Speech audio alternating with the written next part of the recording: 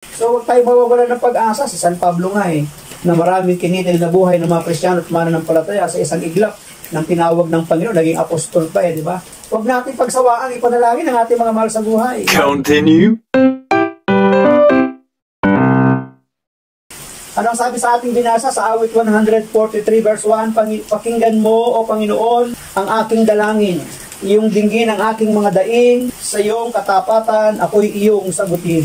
Totoo naman na ang Diyos sumasagot sa panalangin ng mga taong nagsusumamo at humihingi ng awa at habag sa Kanya. Totoo naman At ang Diyos ay sumasagot sa bawat pagdaing ng Kanyang mga anak. Di ba? Sabi ng ina, tiyak ko na isa sa mga dahilan kung bakit naging Kristiyano ka ay ang walang humpay na pananalangin niya sa Diyos para sa iyo. Kaya naging Kristiyano ang batang lalaki ito sa 8 taon na kanyang pag-alagala, walang komunikasyon sa kanyang mga magulang, dahil walang patid, walang tigil sa pananalangin ang kanyang ama sa Panginoong Hesus na iligtas ang kanyang anak na nawawala. Ang kanyang anak ay inihihingi niya ng tawad na naway iligtas sapagkat siya ay naligaw. Kaya ang sabi ng ina, tiyak ko na isa sa mga dahilan kung bakit naging Kristiyano ka ay ang walang humpay na pananalangin niya sa Diyos para sa iyo. Ang walang humpay na pananalangin ng Ama sa kanyang anak na naligaw ang siyang naging dahilan ng kanyang pagiging Kristiyano.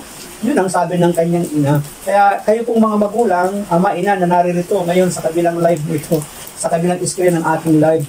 Huwag nating pagsawaan ipanalangin ng ating mga mahal sa buhay. Maaaring hindi mo pa nakikita yung resulta ng kanilang pagbabago, yung resulta ng iyong panalangin, huwag kang titigil. Diba meron nga tayong isang santo, ang tagal na panahon na ipinanalangin ng kanyang ina na magbago ang kanyang anak. Hindi ko lang matandaan kung si San Agustin ba yun? Alibughang anak di ba? Pero nung after 16 years yata nagulat na lang sila nagbago naging filosofiya pa di ba? Naging dakilang philosopher pa Naging isang haligi ng ating simbahan, di ba? So, huwag tayo mawawalan ng pag-asa. Si San Pablo nga na maraming kinitil na buhay ng mga Kristiyano at mananampalataya sa isang iglap ng tinawag ng Panginoon, naging apostol pa di ba?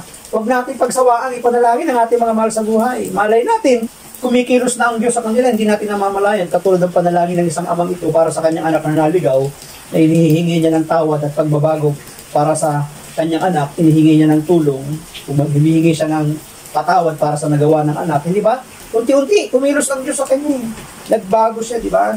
Tiyak ko na isa sa mga dahilan kung bakit naging Kristiyano ka ay ang walang humpay na pananalangin niya sa Diyos para sa iyo. Ang isang amang nananalangin ay humihingi, humahanap, kumakatok para sa kanyang anak. Di nawawalan ng tiwalang gagawin ng Ama sa langit ang pinakamabuti, di ba? Ano bang sabi ng Matthew chapter 7? Kumanap ka at ikaw ay makasusumpong. Humingi ka at ikaw ay bibigyan. Pumatok ka at ikaw ay pagbubuksan, di ba? Kakatok lang tayo sa pintuan ng biyaya, sa pintuan ng awa, sa pintuan ng grasya.